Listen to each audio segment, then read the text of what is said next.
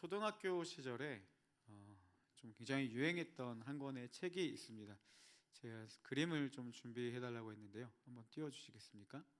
여러분 혹시 이 책을 아시나요? 이게 제가 그러니까 솔직히 초등학교 아니고 국민학교 때 시절인데, 뭐 어쨌든 굉장히 인기가 있던 책 중에 하나였습니다. 이 원리를 찾아라라는 책인데, 이게 1987년도에 초판이 나왔고 2016년까지 이제 나온 걸로 알고 있습니다. 여러분 이 책이 어떤 책인지 아시죠? 이 책을 펼칠 때마다 그 그림 안에 있는 이 원리라는 인물을 찾는 것이 이 책의 이제 핵심입니다.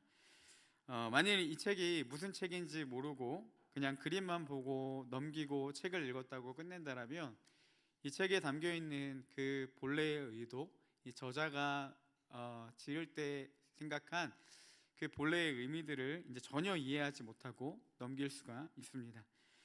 원리를 찾아라, 이 책에서 정작 그 원리를 찾지 못한 채 나아간다면 이 책을 안다고 읽는다고 할 수는 없겠죠. 페이지마다 숨겨진 그 주인공을 찾아야만 이 책의 저자의 의도를 바로 이해하고 그 책을 읽은 사람이고, 그 책을 읽었다, 안다라고 그때서야 이야기를 할 수가 있습니다. 여러분 제가 이 얘기를 왜 하냐면요, 로마서의 말씀은요 이 원리를 찾아라와 비슷한 부분들이 있습니다. 원리를 찾는 것이 이 원리를 찾아라의 책의 핵심인 것처럼, 그리고 저자의 의도를 바르게 이해하는 어떠한 이런 관점인 것처럼, 로마서에서도요 반드시 찾아야 될 한 가지가 있다라는 겁니다. 뭐냐면 이 말씀 안에 담겨 있는 그 복음, 이 원리와 같은 이 복음을 로마서 곳곳마다 발견해내는 작업이 필요하다라는 것입니다. 우리가 로마서에서 이 복음이신 예수 그리스도를 발견해야 바르게 저자의 의도를 이해한 것이고, 또한 로마서에 담겨 있는 바른 의미를 우리가 이해할 수 있다라는 것입니다. 그래서 오늘 본문 말씀을 통해서도 우리는 이 복음이신 예수 그리스도, 그분을 발견하고 함께 같이 나누는 시간 되기를 소망합니다. 사도 바울이 로마서 2장에서 계속해서 강조하는 내용 크게 두 가지를 이야기하는데요, 하나님에 대한 속성 두 가지를 이야기합니다. 첫째 무엇이냐? 하나님은 공의로운 분이시라는 거죠. 그리고 또 한 가지는 하나님은 공평하신 분이라는 겁니다. 한 가지로도 압축하면 이겁니다. 공의로우신 하나님은 공평하게 모든 사람들을 대하신다라는 것이죠. 먼저 6절 말씀에 보면 이렇게 기록되어 있습니다. 하나님께서 각 사람에게 그 행한 대로 보응하시되라고 합니다.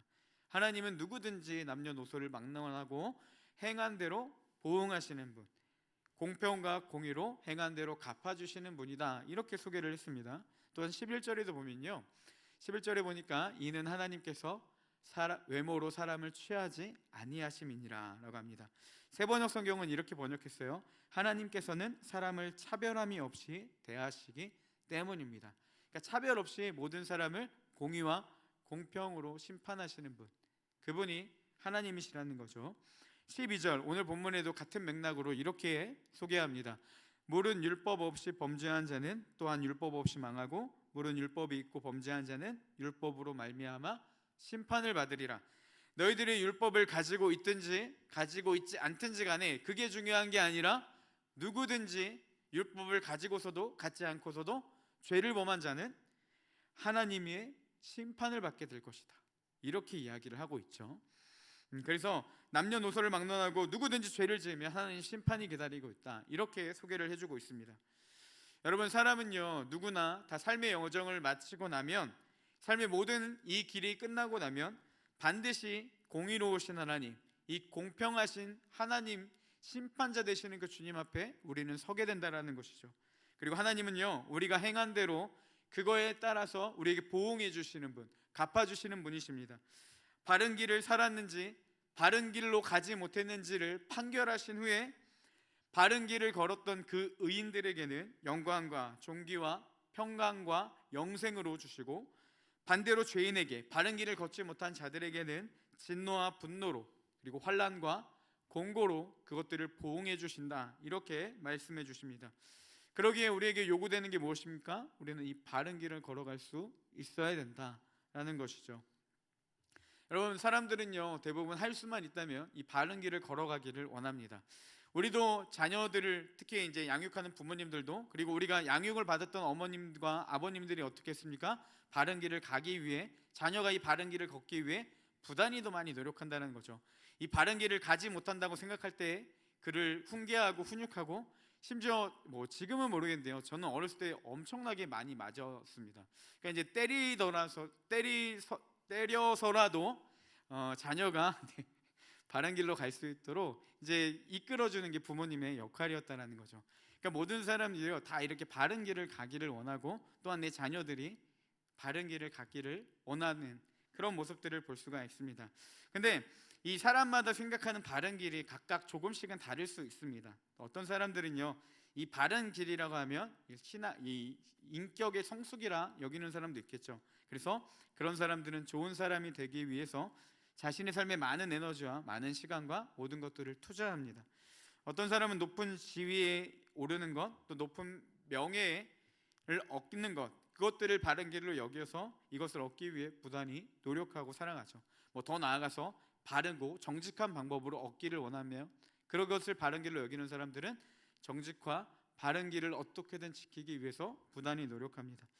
부지런한 삶이 바른 길이라고 여기는 사람도 있고요, 사회와 타인에게 유익을 주는 길이 바른 길이다라고 여기며 어떻게 하든 사회에 공헌하고 연약한 자들을 돕는 일에 자신의 모든 삶을 최대한으로 사용하는 그런 사람들도 있습니다. 이처럼 사람들은요 각자 자기마다 이 바른 길을 정해놓고 그것들을 이상을 꿈꾸며 살아가기 위해 노력하고 삶을 드린다는 거죠. 문제는 무엇이냐? 그 길이 진짜 바른 길인지는 알 수가 없다라는 겁니다. 순간순간마다 흔들릴 때도 있고요, 그런 바른 길의 가치관이 바뀌는 순간들도 있습니다. 우리가 그러면 이 바른 길을 언제 알 수 있겠습니까?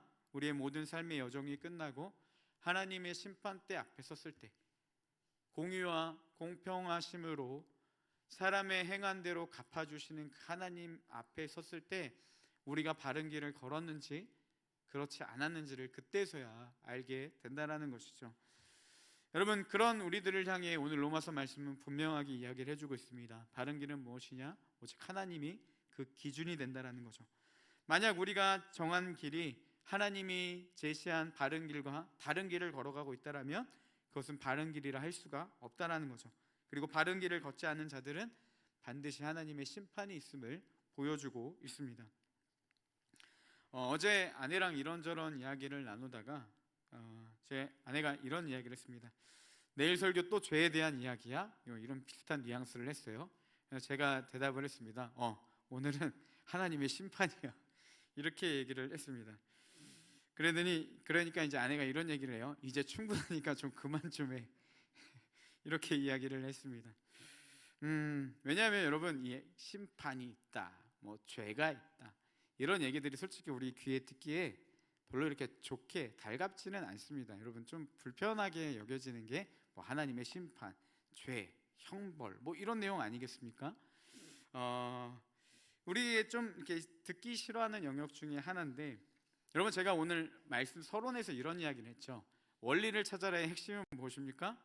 그 책에 숨어져 있는 원리를 찾는 것. 그럼 로마서의 핵심은 뭐라고 제가 이야기를 했습니까? 그 안에서 다시 처음부터 얘기할까요? 복음을 발견하는 것입니다. 여러분, 그러면 오늘 이 로마서 말씀에서 하나님의 심판에 대해 이야기를 나누고 있는데, 그러면 이 안에서도 우리가 꼭 발견해야 될 한 가지가 무엇이겠습니까? 복음이신 예수 그리스도라는 겁니다. 여러분, 잘 이해하셔야 됩니다. 복음이라는 단어가 뭐겠습니까? 복자의 소리음자. 그러면 무슨 말이에요? 말 그대로 복된 음성, 소리죠. 그래서 영어로는 good news라는 말이 있죠. 좋은 소식이라고 합니다. 자, 여러분, 하나님이 행한 대로 갚아주세요. 즐거우십니까? 막 행복해요? 막 복된 소식으로 들려요? 안 들리죠? 제 앞에서 아내가 이야기한 것처럼 이게 불편하게 여겨진다는 겁니다. 그런데요, 하나님의 심판을 통해서 우리는 발견해낼 게 무엇이냐? 이 복된 음성으로 들리는 예수 그리스도, 그분을 발견해내는 작업이 필요하다는 겁니다. 여러분, 사도 바울은요 16절, 오늘 말씀 16절에서 이렇게 이야기를 합니다. 우리 16절 말씀을 함께 읽어보겠습니다. 곧 나의 복음에 이른 바와 같이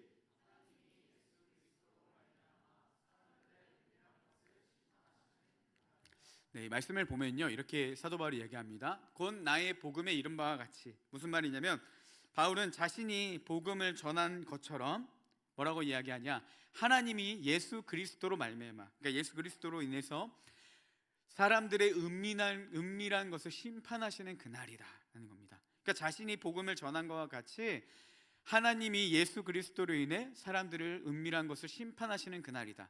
즉 이렇게 얘기할 수 있죠. 예수 그리스도로 인해 하나님께서 사람들의 은밀한 것을 심판하시는 게 무엇이냐? 내가 전에 전했던 복음과 같다라는 거예요. 그럼 여러분 이렇게 이해할 수 있죠.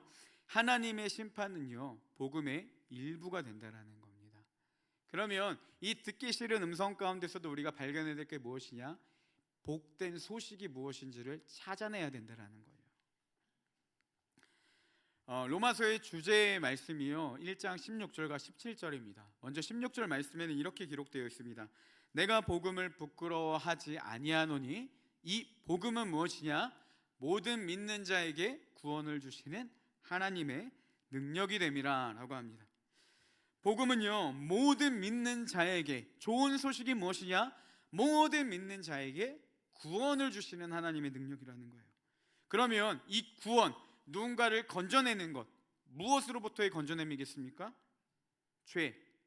오늘 말씀을 인용하면 하나님의 심판으로부터 건져주시는 능력이 어디로부터 온다고요? 복음인 예수 그리스도로부터 온다는 겁니다.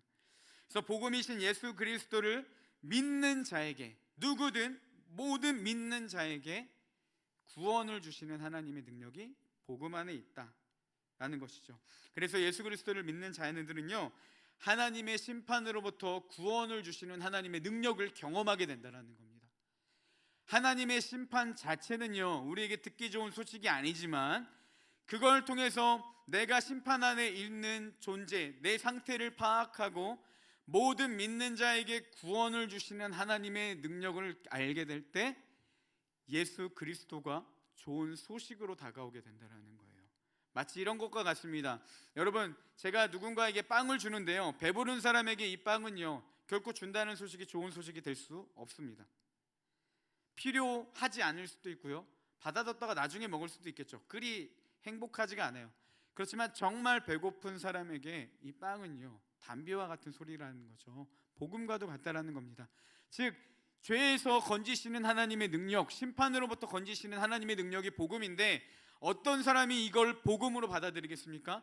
내가 진짜 하나님의 심판 아래 있었음을 인식하는 사람들, 행한 대로 보응하시는 그 하나님 앞에 내가 의인의 상급을 받는 것이 아니라 오히려 이 환난과 곤고와 하나님의 진노 아래 있음을 인식하는 자들에게는요 예수 그리스도가 복음이 된다는 거예요. 결국 하나님의 심판을 통해서 우리가 찾아야 될 것이 무엇입니까? 그 속에서 건지시는 하나님의 능력, 모든 믿는 자에게 구원을 주시는 하나님의 능력, 우리의 믿음의 대상이 되시는 예수 그리스도를 바라봐야 된다는 겁니다. 그래서 17절도 이렇게 고백합니다. 17절 말씀에 보면 복음에는 하나님의 의가 나타나서 믿음으로 믿음에 이르게 하나니 기록된 바 오직 의인은 믿음으로 말미암아 살리람과 같으니라. 하나님의 의가 어디로부터 나타나냐? 복음으로부터 나타난다라는 거예요. 그 의로 우리는 하나님의 심판에서 구원받았다 이렇게 이야기를 합니다. 그러면 복음에 나타난 하나님의 의를 누가 누릴 수 있냐? 이 17절을 새번역 성경은 이렇게 번역합니다. 하나님의 의가 복음 속에 나타납니다. 이 일은 오로지 믿음에 근거하여 일어납니다. 하나님의 의가요, 그러니까 너희들이 이 하나님의 심판으로부터 의롭다함을 하게 해주는 하나님의 의가 복음 속에서 나타나는데 이건 누구에게 주어지냐? 이 하나님의 의가 복음 속에서 나타남을 누리는 자들은 오로지 믿음에 근거하여 나타난다는 겁니다. 그러면 이 구원을 주시는 하나님의 능력, 우리가 행한 대로 보응하시면 정말 이 죄인이 받아야 될 형벌을 받을 수밖에 없는데 우리를 의롭다 하는 이 복음의 능력이 어떤 자들에게 주어지냐? 믿는 자들에게 주어진다는 겁니다. 예수 그리스도를 믿음으로 주어지는 것이 이 복된 소식, 하나님의 구원하심이죠. 그래서 이 의인들의 특징은 무엇이냐? 의인은 믿음으로 사는 자라는 거예요. 예수 그리스도를 믿는 믿음 안에 사는 사람, 예수 그리스도를 내 인생의 평생의 주인으로 모시고 사는 사람, 그 사람이 누구냐? 진짜 복음을 발견한 사람이라는 겁니다. 바울은요, 그리스도인의 삶을 이렇게 고백합니다. 제가 자주 인용하는 말씀인데 우리 갈라디아서 2장 20절 말씀을 우리 함께 보겠습니다. 우리 함께 읽겠습니다.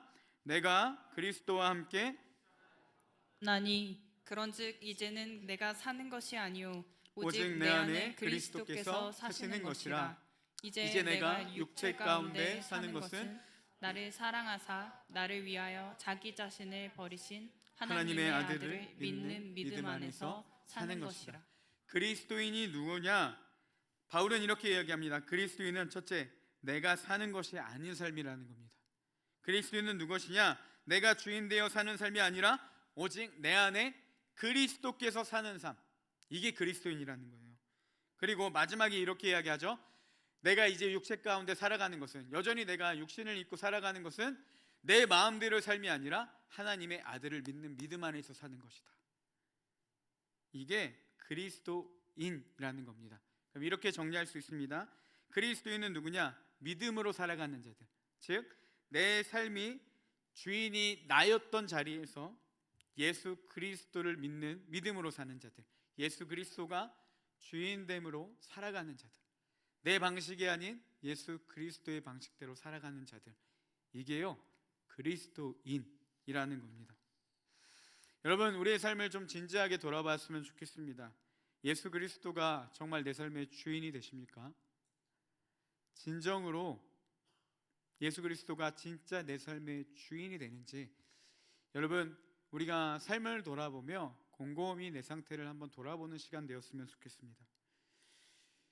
우리가 예수 그리스도를 믿는다고 하면서도 여전히 내가 주인이 되어 살아간다면, 여전히 내가 유익만을 얻기 위한, 그러니까 내 어떤 유익만을 위해 삶을 쫓아 살아간다면 그 믿음은요 절대로 그리스도를 믿는 온전한 믿음이라 할 수 없다라는 겁니다. 이 땅에서 어떻게 편안하게 살아갈지, 어떻게 더 많은 것을 누리고 살아갈지, 어떻게 더 편하게, 어떻게 더 위에 있어야 할지, 이렇게 여전히 내가 주인이 되어 살아가는 사람들은요 예수 그리스도를 온전히 믿는 사람이 아니라는 겁니다. 예수 그리스도를 믿는다라는 건요 내가 아닌 그리스도께서 사시는 삶, 하나님의 아들을 믿는 믿음 안에서 살아가는 자들이 온전히 예수 그리스도를 믿는 자들이라는 겁니다. 이런 관점으로요 우리가 교회를 한번 돌아봤으면 좋겠습니다. 예수님은요 교회를 위해 자신의 몸을 아낌없이 희생하셨고 다 드리셨습니다. 주님이 사랑하시는 공동체가 바로 교회 공동체입니다. 예수님을 믿는 자들은요 예수님의 이 길을 같이 걸어가게 되어 있습니다. 공동체를 위해서 하나님이 자신의 몸을 드렸던 것처럼 자신의 시간을 드리고 마음을 드리고 감정을 드리고 예수님처럼 자신의 희생을 통해서 다른 어떤 이의 삶의 그 영혼의 열매를 위해 살아가는 자들이라는 거죠. 이것이 무엇이냐? 나는 죽고 예수 그리스도로 살아가는 자들, 하나님의 아들을 믿는 믿음 안에 있어 살아가는 자들이라는 겁니다. 그런데 교회에 자신을 드리고 자신을 희생하기는커녕 예수 그리스도의 유익을 위해서 교회 공동체를 섬기기는 것이 아니라 교회가 나에게 어떠한 유익을 주는지를 우선으로 삼고 살아가는 사람들은요 온전한 믿음이 아니라는 겁니다. 간혹 이 교회가 나에게 어떤 유익을 주어야만 참여하고 그 공동체에 함께하는 그런 것들을 볼 수가 있습니다. 특별히 예배도 그렇지 않겠습니까? 예배도 내게 어떤 유익을 주어야 내가 예배를 드리게 되는 거죠. 마음에 어떤 감동이 주어지거나 아니면 나는 주일 성소를 잘하는 그리스도인, 예배에 빠지지 않는 믿음 좋은 사람이라는 적어도 그런 이미지를 내게 주었을 때 그게 유익이라 생각하면 교회에 참여하는 것. 반대로 만약에 이런 예배와 교회 공동체 생활이 나에게 아무런 유익도 주지 않는다면 절대로 그 자리에 참석하지 않는 사람들, 나의 시간이나 물질이나 그 어떤 것도 희생하지 않는 사람들은요 여러분 죄송하지만 예수 그리스도를 온전히 믿는 믿음이라 할 수 없다라는 겁니다. 예배 이상의 헌신이나 희생은 단지 시간 낭비에 불과하다고 여기는 사람들, 나는 예배와 기도회 같은 영적 활동이 아니면 그 모든 모임에 참석하지 않겠다라는 이상한 영적 우월주의에 빠진 사람들은 안타깝게도 예수 그리스도를 온전히 믿는다라고 할 수 없다라는 것입니다.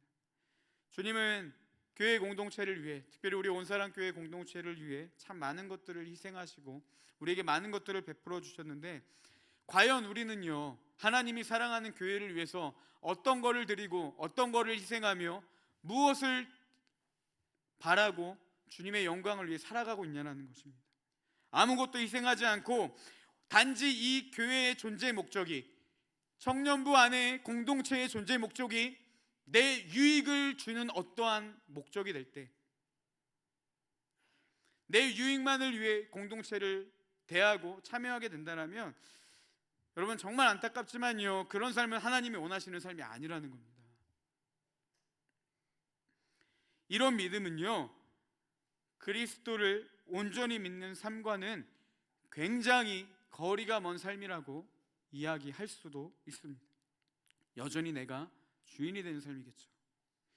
예수님을 믿는다는 것은 무엇이냐? 여러분, 첫째로 예수님을 믿는다는 것은 예수 그리스도의 존재를 믿는 것입니다. 예수님이 눈에 보이지는 않지만 정말 살아계신 분으로 믿고 인식하는 자들인 것.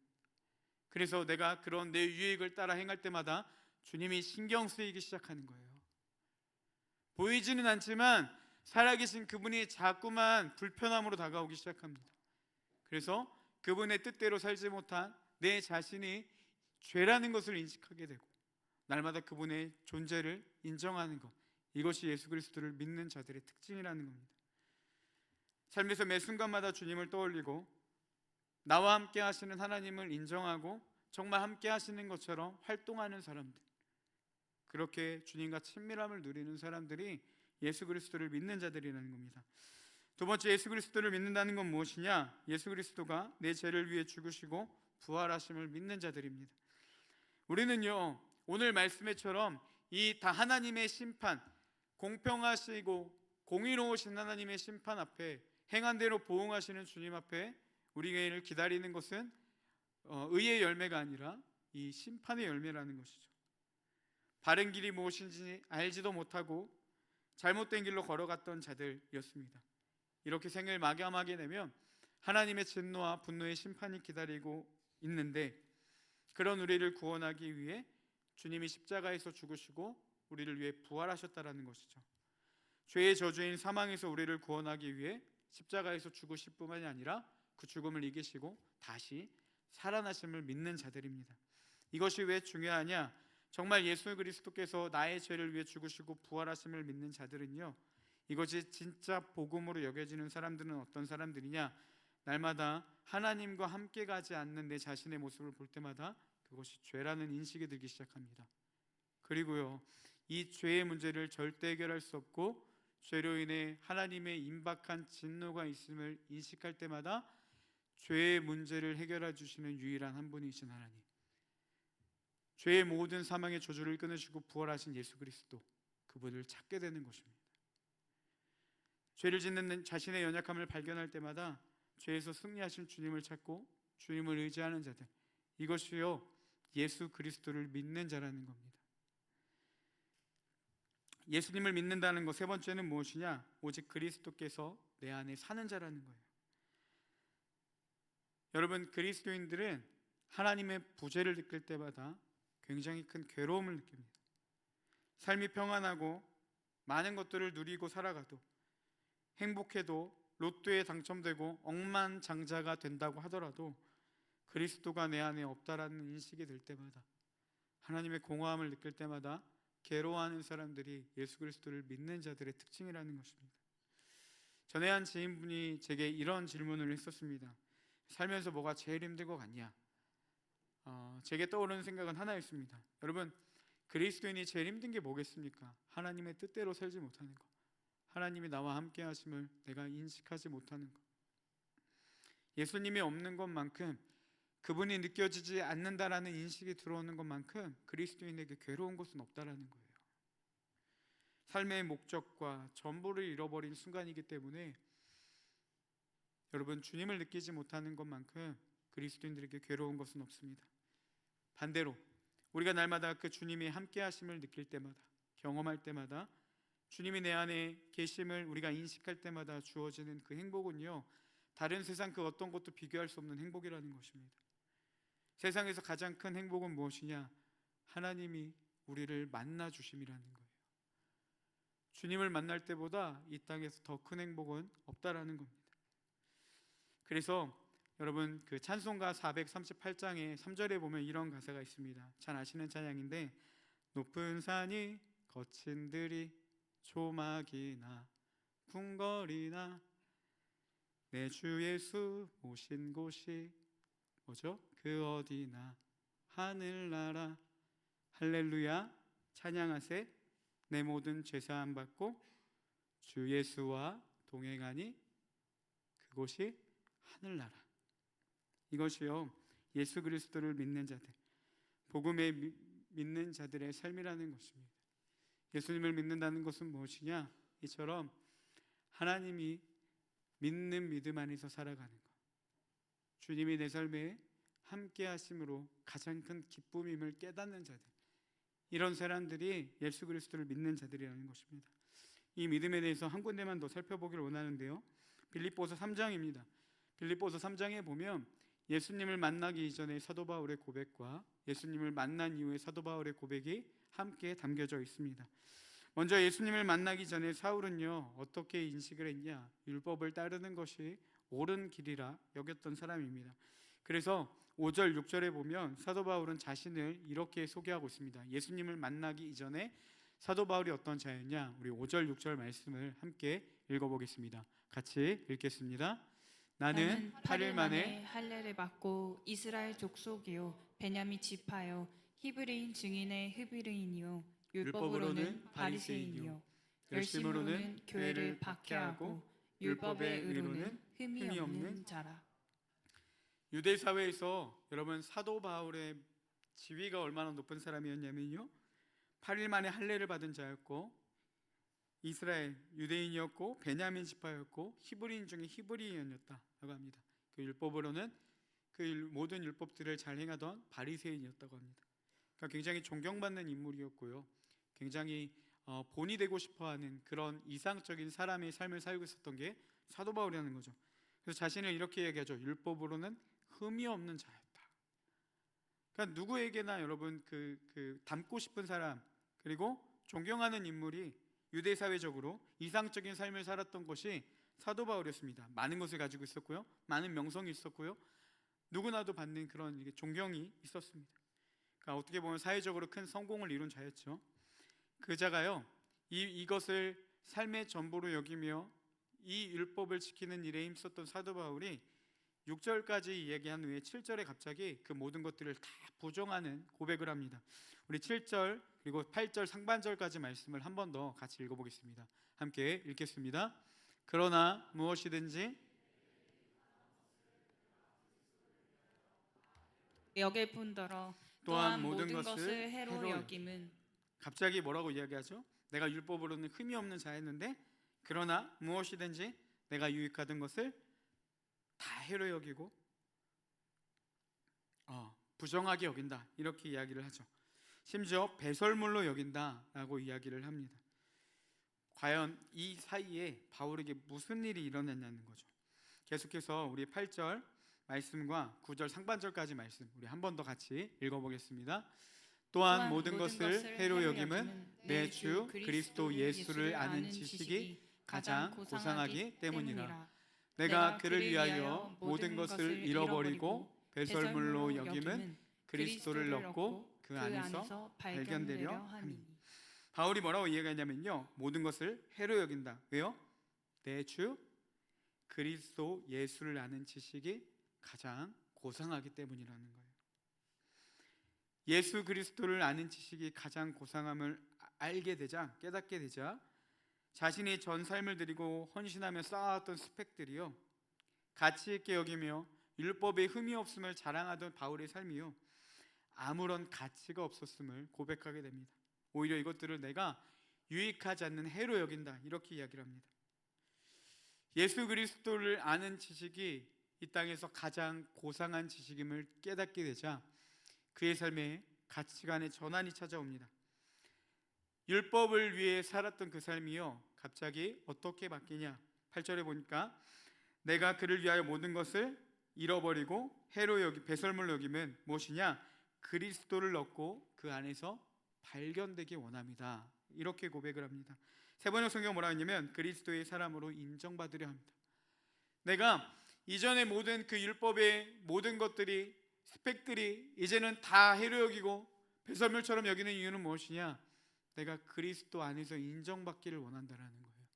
내가 그리스도의 사람이 되고 싶다라는 겁니다.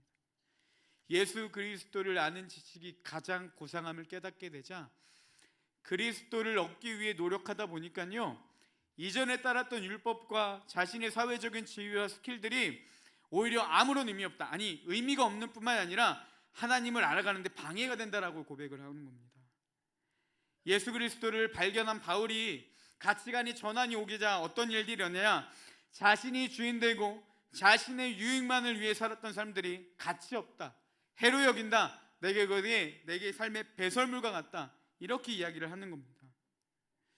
여러분, 그러면 우리도 어떻게 이 바울처럼 고백할 수 있냐는 것이죠. 어떻게 모든 것을 다 버리고 예수 그리스도를 따를 수 있냐는 겁니다.